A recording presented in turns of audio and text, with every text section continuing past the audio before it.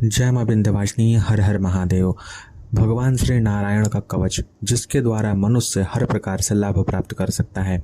आज हम जानेंगे नारायण कवच के 5 प्रमुख लाभ।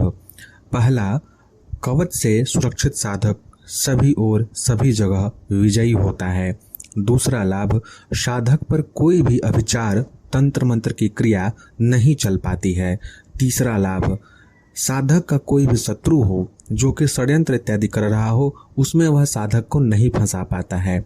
चौथा प्रमुख लाभ, कवच का पाठ करने वाला साधक भूत प्रेत पिशाच ब्रह्म राक्षस कुष्मांड आदि के द्वारा किसी भी प्रकार से कहीं पर भी प्रताड़ित नहीं किया जा सकता है, क्योंकि कवच में उपस्थित भगवान नारायण के महाअस्त्र जो सुदर्शन चक्र और कौमुदकी गदा है, उनके द्वारा मंत्र पाठ से भूत प्रेत पिशाच इत्यादि भाग जाते हैं। यानी कि कवच के पाठ के समय जब इनका उच्चारण होता है तो वह साधक को पूर्ण रूप से सुरक्षा प्रदान करते हैं।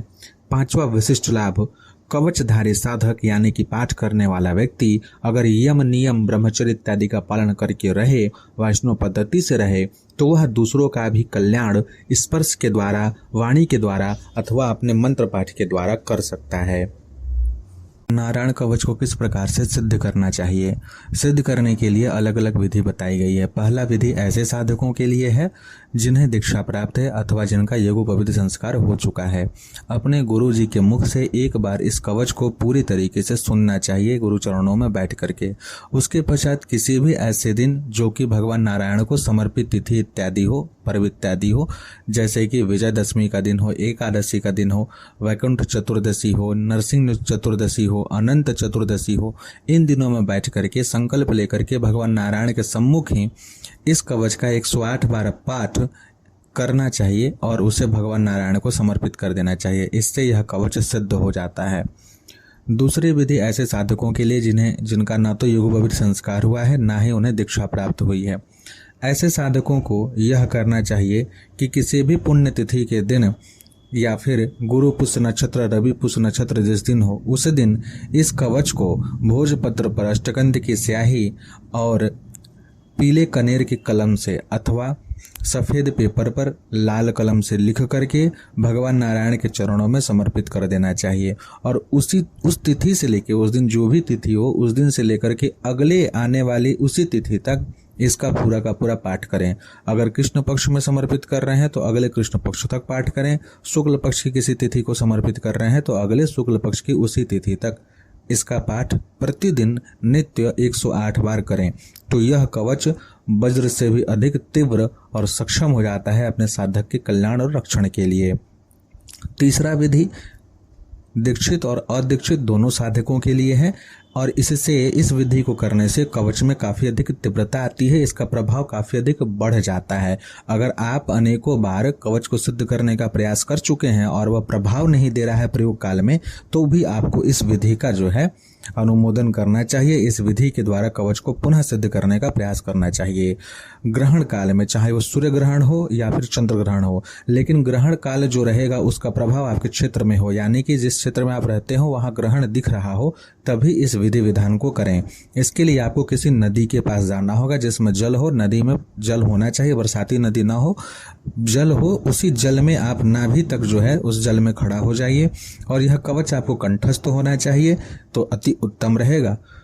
कंठस्थ करके इस कवच को नदी में खड़े हो करके जिस ओर नदी की धारा बह रही हो, जिस दिशा की ओर, उसी ओर आप मुख करेंगे और उसके पश्चात इस कवच का पूरे ग्रहण काल तक पाठ करते रहेंगे। अगर 2 घंटे का ग्रहण है तो जब से ग्रहण स्पर्श हुआ उस समय से आप आरंभ कर दीजिए और मोक्ष काल यानी कि ग्रहण पूर्ण होने की कम से कम आधे घंटे बाद तक इसका पाठ आप निरंतर करते रहिए। इसके करने मात्र से यह कवच पूर्ण रूप से सिद्ध हो जाता है और प्रभावशाली हो जाता है। जीवन में जब कभी भी जहाँ कहीं भी आप इसका प्रयोग करेंगे यह प्रभाव देने में सक्षम होता है। नारायण कवच को सिद्ध करने हेतु पाठ अथवा जप करने की विधि क्या है, आइए इसे जान लेते हैं। सबसे पहले साधकों के लिए आपको पीला वस्त्र धारण करना है, आसन भी पीला रहे, धोती और गमछा पहन करके आपको बैठना है, पूर्व या उत्तर दिशा की ओर मुख रहेगा। आरंभिक सभी विधानों को करके गुरु गणपति का स्मरण करने के पश्चात आपको कवच का पाठ करना है। ध्यान रखें इस बात का कि अगर आप यज्ञोपवीत नहीं पहनते हैं, जनेऊ आपका नहीं हुआ है अथवा हुआ भी है और आप यज्ञोपवीत नहीं धारण करते हैं, तो जो न्यास की प्रक्रिया दी गई है कवच के आरंभ में, आप नारायण कवच का पुस्तक जो लेकर के आएंगे, ग्रंथ में दिया रहता है न्यास की विधि, आप उसे नहीं करेंगे। उसके स्थान पे आपको सिर्फ भगवान गणपति का स्मरण करने के पश्चात भगवान नारायण का 3 बार नाम लेना है और नाम लेने के पश्चात आपको कवच का जप आरंभ कर देना है।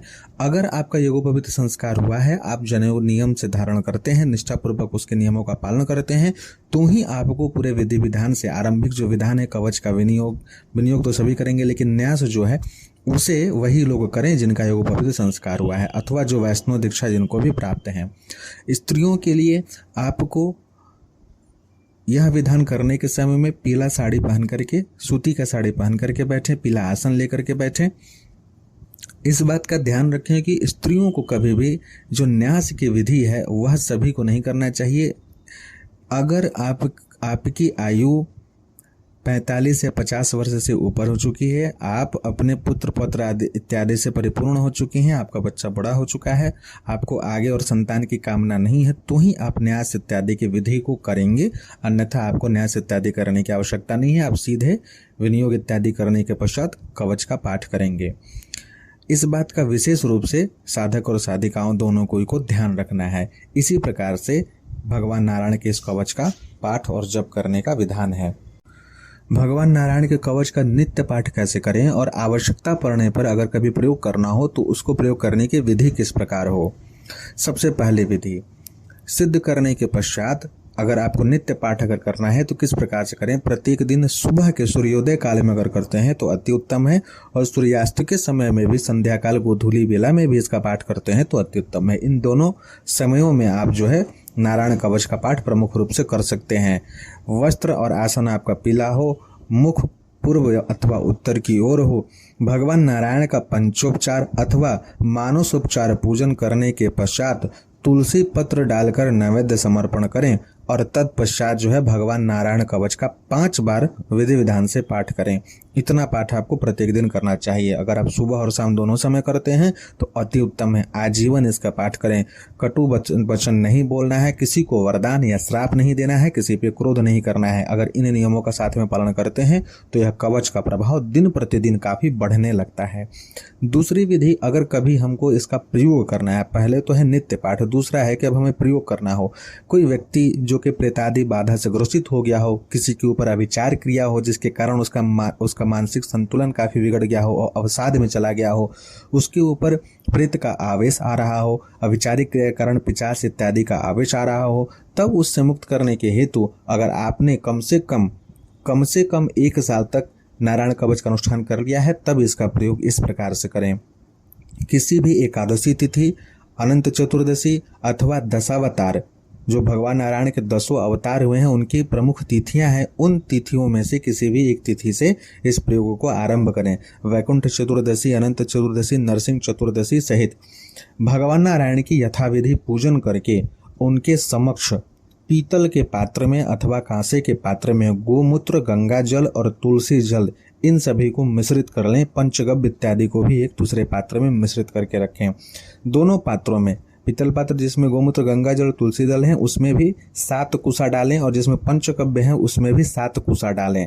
और उसके पश्चात इन द्रव्यों को आपस में मिलाते हुए आप नारायण कवच का 108 बार पाठ करके उसे अभिमंत्रित करें।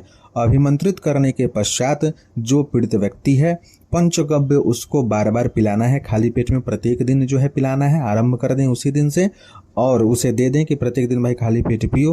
और जो जल, गोमूत्र, गंगा जल, तुलसी जल था उसको भी थोड़ा थोड़ा पिलाएंगे और बाकी घर में छिड़कते रहेंगे। इससे अगर उस स्थान में कोई प्रेतादि विचारिक क्रिया है तो वह भी नष्ट होगी, वह स्थान पूर्ण रूप से सुरक्षित हो जाएगा। और जिनके ऊपर इसका विचार इत्यादि के प्रभाव है, अगर खिलाया पिलाया गया है तो उससे भी उनका शरीर मुक्त हो जाएगा। अभिमंत्रण जो जल है, अभिमंत्रित जो जल है उसका किसी भी प्रकार से अपमान नहीं होना चाहिए, ना ही उसे इधर उधर कहीं फेंकना है। घर में जब अभिमंत्रित जल को छिड़केंगे तो बाथरूम, वॉशरूम इत्यादि के पास नहीं छिड़केंगे, मुख्य द्वार पे छिड़कें, घर में अलग अलग कमरे में जहाँ व्यक्ति रहता हो उस जगह छिड़केंगे। इस विधान का आप पालन करें। तो इस तरीके से आप इस नारायण कवच को सिद्ध कर सकते हैं और इसका प्रयोग कर सकते हैं। आशा करते हैं प्रत्येक सनातन धर्मी इस कवच से लाभ उठाएंगे। जय मां विंध्यवासिनी, हर हर महादेव।